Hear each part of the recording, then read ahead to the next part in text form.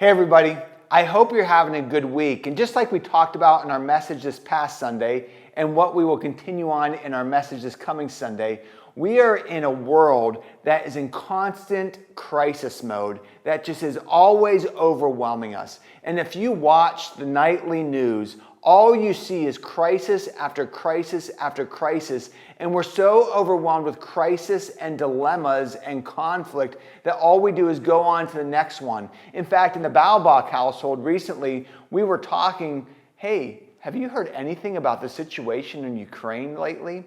Like, what is going on there? It seems like a couple months ago, that's all we talked about, that's all we thought about, that's all we watched. And all of a sudden, it didn't stop, but we moved on to the next crisis. We are just so overwhelmed with crisis moments.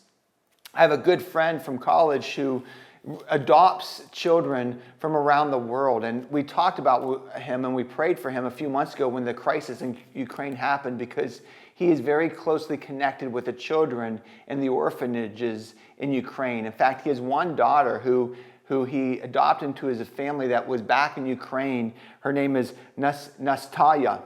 And she has not been communicating for 43 days. And they were so broken because where she lived in Ukraine was in the heart of the violence, the heart of the war. And to be honest, they came to the conclusion in their home that they were just waiting for the bad news. But then just recently, after 40 days of silence, they learned that she's alive. And in fact, my buddy jumped on a plane just this past week and went to Ukraine, and I saw the video that he finally got to her apartment at 1 a.m. and there they embraced. After 43 days of silence, of not knowing, there they found victory. You know, it just seems like all we do in our life is we become so overwhelmed with fear and brokenness and just worry, and we just argue because we're just focused on crisis, moving on to the next crisis, moving on to the next crisis. And we focus our lives and we focus so much of our attention on trying to do the right thing, to fix the problems. And we can never seem to fix it because maybe we're not the ones who are supposed to be doing, and maybe that should not be our focus. Maybe our focus should be being. I think we put our presence so much in crises that is around us that we miss out on the presence of God. And the Bible says in Psalm 46, just be still and know that I am God. Know that I am right here with you. Know that I am the answer to all your worry, your fear, all the conflict, all the crisis. I am the one. We're not the ones. He is.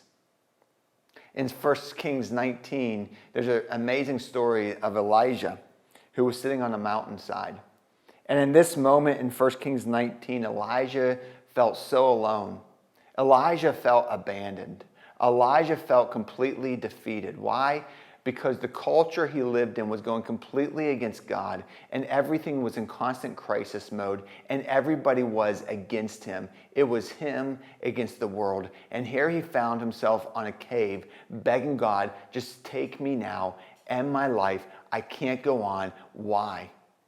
And in his loneliness, in his sense of abandonment, God showed up. Not in the ways that Elijah expected him to, in the lightning and the loud noise or the bangs and the thunder, but in the small, gentle breeze. In that moment, God revealed to Elijah what he tries to reveal to us. The world is loud. The world is constantly in crisis.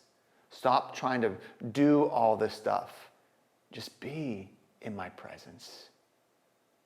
And when you find yourself in my presence, you will see that I've got this and I've got you.